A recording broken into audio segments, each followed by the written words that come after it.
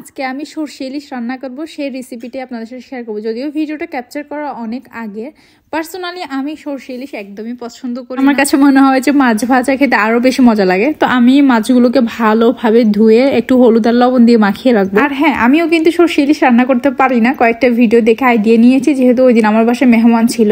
তো চিন্তা করলাম তাদের জন্য স্পেশাল রেসিপি করাই যায়। ইলিশ মাছ নাকি বেশি ধুইতে হয় না, তারপরে রসুন অ্যাড করা যায় না, এতে নাকি ফ্লেভার চলে যায়। এখন এটা সত্য না মিথ্যা আমি তো জানি না, যারা জানেন কমেন্ট করে আমাকে একটু জানাবেন। তো আমি সরষে ইলিশের জন্য সরিষা সারা রাত ধরে ভিজিয়ে রেখেছিলাম, যাতে বাটতে অনেক বেশি সুবিধা হয়। ছাঁকনি দিয়ে ভালো করে ধুয়ে নিচ্ছি, এটা অনেক পরিমাণে বালিও থাকে। তারপর এগুলোকে আমি শিলপাটায় বেটে নিব ভালো করে। যেহেতু হাত একটু আনাড়ি, খুব একটা ভর্তা টর্তা খাওয়া হয় না, তাই বাটতে অনেক সময় লেগে গিয়েছে। বাট আমি কনফিউজড হয়ে গিয়েছিলাম এইটা ভেবে যে সরষে ইলিশ কি সাদা সরষে দিয়ে বেশি মজা নাকি লাল সরষে দিয়ে বেশি মজা। আমার বাসায় অবশ্যই সাদা সরষে ছিল না, যার কারণে আমি লালটা ইউজ করছি। একটা ভিডিও দেখে বুঝতে পেরেছি তারা সরষে বাটায় লবণ আর কাঁচামরিচ ইউজ করছে, এতে নাকি তিতাটা কম লাগে। এখন এটার লজিকটা আমি জানি না, কেউ যদি জানেন জানাতে পারে। আমার সবগুলো বাটা শেষ ইতিমধ্যে।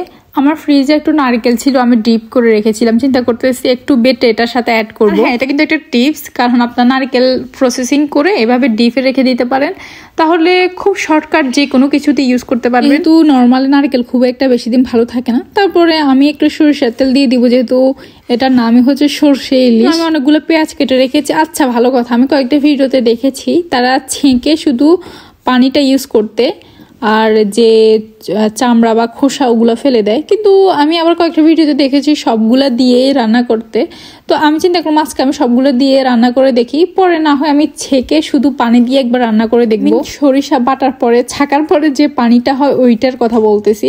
তো আমি এখানে পেঁয়াজগুলোকে একটু লাল লাল করে ভালো করে ভেজে নিয়েছি। আপনারা দেখেছেন আমি একটু রসুনও দিয়েছি, কারণ ওইটা ছাড়া আসলে আমার ভালো লাগতেছিল না। তারপর সরিষা বাটাগুলো ভালো করে দিয়ে দিয়েছি।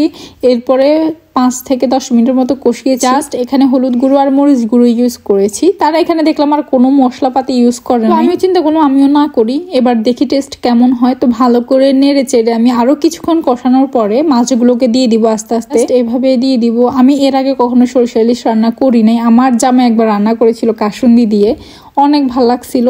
তো ও যেহেতু আজকে বাসায় নাই, সো আমি একাই ট্রাই করতেছি। মাছ দেওয়া হয়েছে, আমি এগুলোকে জাস্ট একটু নেড়ে চেড়ে আমি ঢাকা দিয়ে রাখবো কিছুক্ষণ।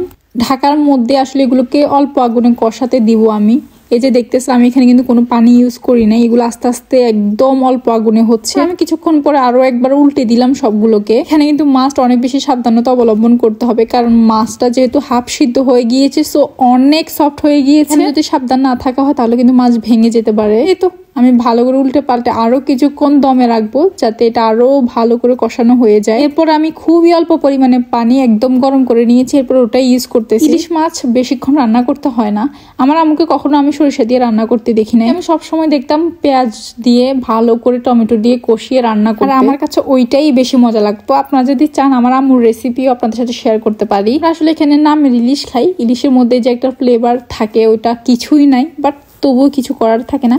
তো আমি লাস্টে একটু কাঁচামরিচ অ্যাড করেছি, একটু ঢং করতেছি ধনেপাতা দিয়ে। এটা আসলে অপশনাল, আমি সুন্দর লাগার জন্য দিচ্ছি, যেহেতু আমার রান্না প্রায় হয়ে আসছে আর সর্বোচ্চ 1 থেকে 2 মিনিটের মতো থাকবে চুলার উপরে। চিন্তা করুন একটু ডেকোরেশন করে দিই, তাহলে ছবিগুলোও সুন্দর আসবে আর দেখতেও ভালো লাগবে। আপনাদের দায়িত্ব হচ্ছে এই রেসিপিতে কি ইমপ্রুভ করতে হবে সেটা আমাকে ধরিয়ে দিতে হবে, মানে আমার ভুল কোথায় হয়েছে সেটা আমাকে ধরিয়ে দিতে হবে। করলে ভালো হতো বা কি না করলে ভালো হতো সেটা আমাকে কমেন্টে জানিয়ে দিতে, আমি নেক্সট বার আরো ভালো করে রান্না করতে পারি। সবাই ভালো থাকবেন, টাটা।